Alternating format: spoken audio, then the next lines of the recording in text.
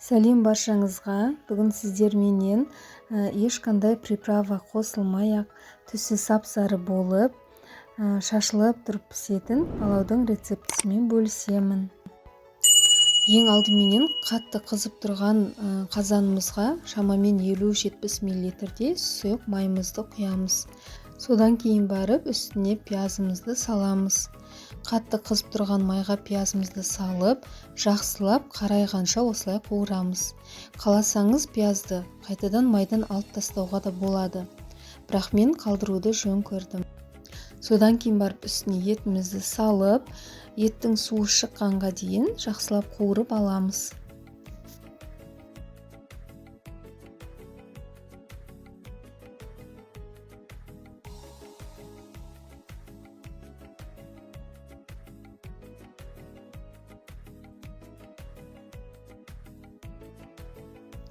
Енді үстіне сәбізімізді салып, қуырып аламыз.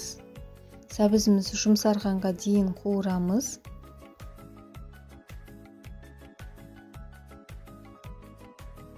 Мінекей біздің сәбізіміз жақсылап қуырылып, осындай суы шығуы қажет.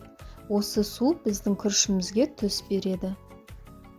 Енді үстіне суды құямыз. Суымызды күрішімізден 2 есе көп қылып құйған жөн.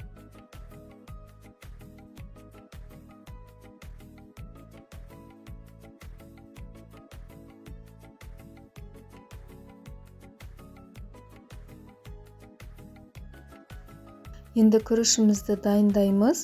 Күрішті мен осындай кесеменен 2 кесе алдым. Және де үстіне су құйып, суымыз қайнап етіміз піскеншеге дейін осылай қойып қоямын.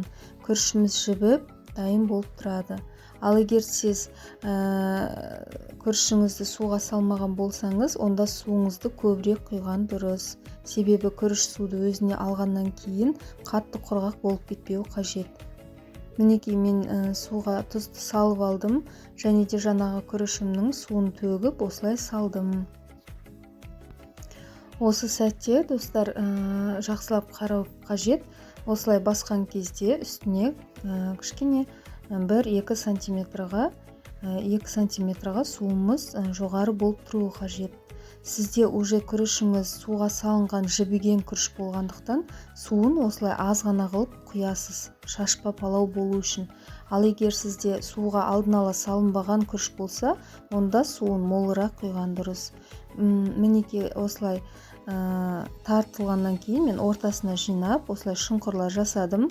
Және де 1-2 ас қасық су құйып бетін жауып қойдым. Күрішіміз осылай пісті. Өте шашпа палау болды, шашылып тұратын әдемі болып пісті. Егер бұдан да жұмсақ болсын десеңіз, ол кезде суын өзіңіз дүзулеп отырасыз, немесе көбірек құясыз, немесе азырақ құясыз дегендей. Достар, егер каналым ұнаса, міндетті түрде тіркеліп, пікірлеріңізді қалдырыңыздар, қоңыраушаны басыңыздар. Сол кезде менің жаңа рецепттерім сіздерге келіп отыратын болады. Ал сіз палауда қандай лайфхактар қолданасыз, пікірге жаза кетіңіз. Сау болыңыздар, ас болсын.